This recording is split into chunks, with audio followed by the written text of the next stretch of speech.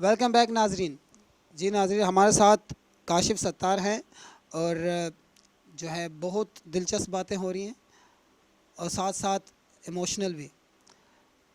ابھی ہم جانیں گے کہ ایک معذور جو بچہ ہے اسے گھر میں تو تھوڑی بہت مشکلات کا سامنا کرنا پڑتا ہے, لیکن جیسے ہی وہ باہر معاشرے میں قدم رکھتا ہے تو اسے دوستوں کی تلخ باتیں سننی پڑتی ہیں اور انہیں جو دوسرے رشتہ دار ہیں ان کی تلخ باتیں سننی پڑتی ہیں. تو محمد کاشف نے اپنا سفر کیسے یہ طے کیا, اتنا جو طویل سفر انہوں نے طے کر کے آئے ہیں اور 15 سال سے یہ معذور بچوں کی خدمات سر انجام دے رہے ہیں. تو انہوں نے یہ سب کیسے برداشت کیا, تو ذرا جانتے ہیں. جب ادارہ ہم نے کھولا تھا تو ہم 2 بندے تھے, دو لڑکے تھے. تو ہمیں لوگوں کے تانے سننے کو ملا, لوگوں کی باتیں سننے کو ملی کہ یہ کھائیں گے, یہ کچھ کریں گے نہیں. مگر شاید اللہ تعالیٰ کو ہم سے یہ کام لینا تھا, تو ہم نے کافی فیس کیا اور ہم نے یہ سوچا. ہمارے جو بڑے تھے نا ڈونر, انہوں نے ہمیں بہت حوصلہ دیا. تو پھر کسی نے کہا کہ اللہ پاک نے آپ کو اسی لیے بنایا ہے کہ آپ کو سننا پڑے گا. تو آج الحمدللہ سنتے ہیں مگر نکل جاتے. مگر ہمارے اس کام میں جو مین چیز ہے نا وہ یہ ہے کہ آپ اپنی خوشی کو بھول جاؤ. اس کام میں آپ اپنی خوشی کو بھول جاؤ, آپ اس کام میں لگے رہو. کیونکہ آپ خوشی کو اس لیے بھول جاؤ کیونکہ یہ کام بہت افضل ہے. آپ یقین مانو یا نہ مانو 15 سال ہو گئے, مجھے یاد نہیں ہے میں نے 15 سال میں عید کی نماز کے بعد فوراً اپنے رشتے داروں سے ملا ہوں. نہیں, میں شام میں جا کے ملتا ہوں. اس کی وجہ پوری رات فطرہ زکوٰۃ جمع کرنے میں لگ جاتی, عید کی نماز پڑھ کے سو جاتے.